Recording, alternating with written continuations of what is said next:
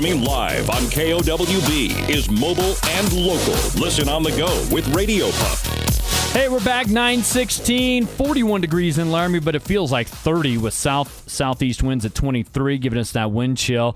And headed towards the high, not much warmer today, only 48 down to 37 tonight to 47 tomorrow. But we are under a winter storm watch right now, Saturday 3 p.m. until Sunday 6 p.m. And we are joined for the second time by DayWeather Incorporated Chief Meteorologist Don Day. Don, how are you this morning? Hey, well, I'm glad it's Friday, but I tell you, this is the second Mother's Day in a row where the weather's just gone down south. So I'm pretty much in the doghouse right now. You are pretty much with a lot of moms, maybe even your own. It's a long list. Okay. All right. Well, Don, thanks for coming on the show.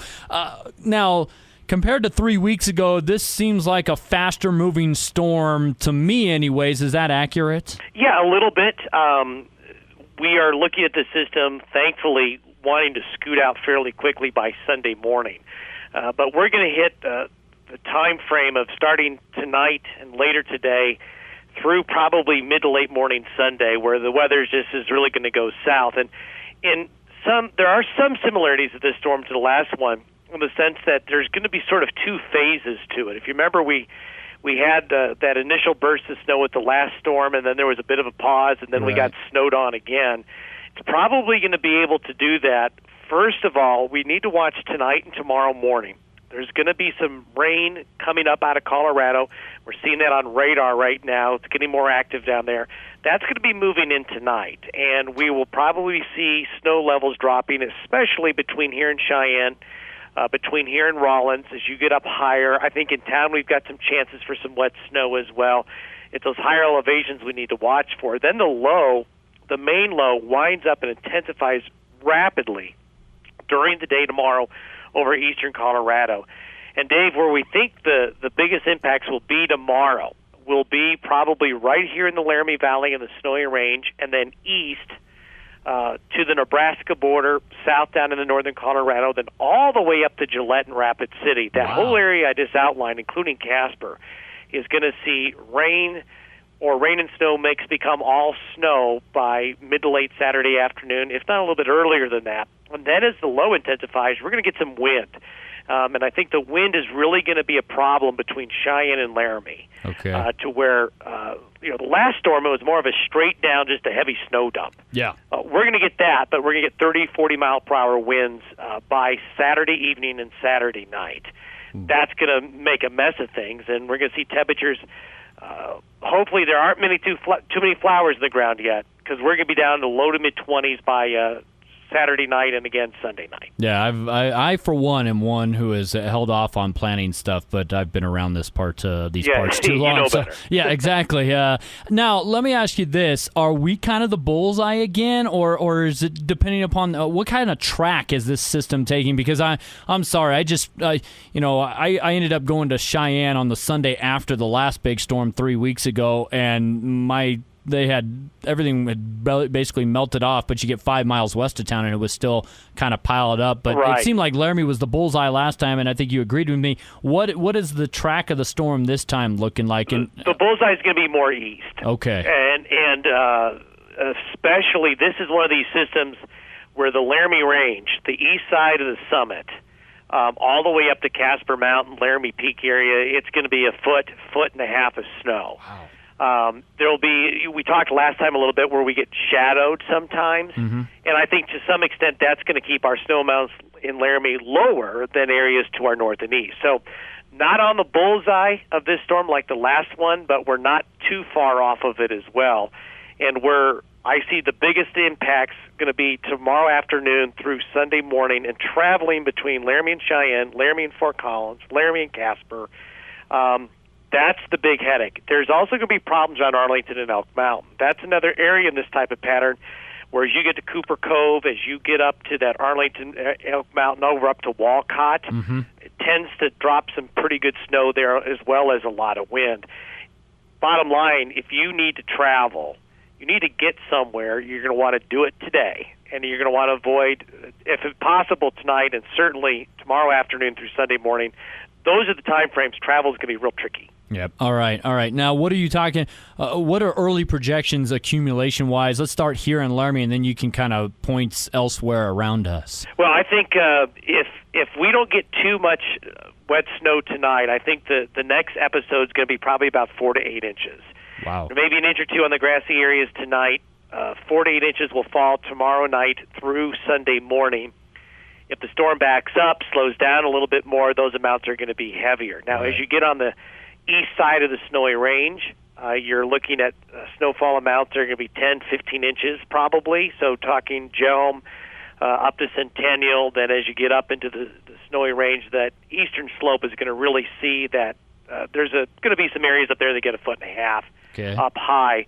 Then as you get up to that Laramie Range area, we just talked of 1.5, 2 feet of snow on the summit, on the east side of the summit, all the way up. Casper is going to be looking at about 5 to 10, probably similar amounts for Wheatland, Douglas, and Cheyenne. Okay. All right. Well, it's now take me through some of your models. Is this the last big one, or do we see something else coming? Because some of the national guys were talking about this is supposed to be maybe a drier, warmer spring for us, and of course, in terms of their forecast, April, May, June, and we've been hit with now one already, and now this sounds like a second big kind of spring snowstorm. What are the projections looking like the rest of the month? Yeah, of May? well, it's interesting you heard a dry spring forecast, because everything we're seeing is saying absolutely not. And certainly that's been the case so far. Yeah. Put it this way, I see the rest of May occasionally being wet, and I hate to say this, but we are probably going to have another large trough moving through the western United States over that Memorial Day weekend. Wow. Now, whether or not that means it's going to snow again, not sure. Am I ready to say that after this storm we're done with snow? Absolutely not. Right. Around here, maybe after June 1st. But I do see a nice warm-up starting Tuesday. It's going to stay pretty chilly through Monday. Tuesday through next weekend, it doesn't look cold. I do think there'll be more opportunities for showers and thunderstorms. So is it going to get warmer?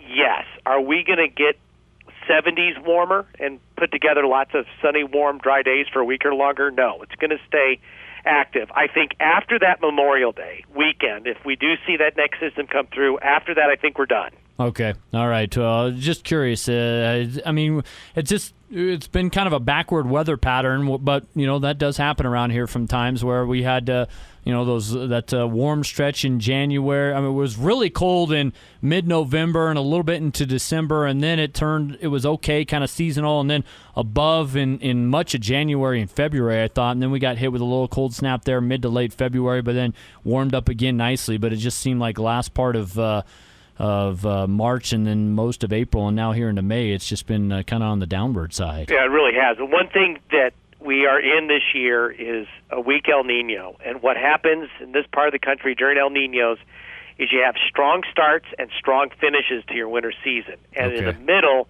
you don't have much. And that's been textbook this year. We started fast and furious with that big Arctic wave in November. We had that other one in December. Then we barely had anything.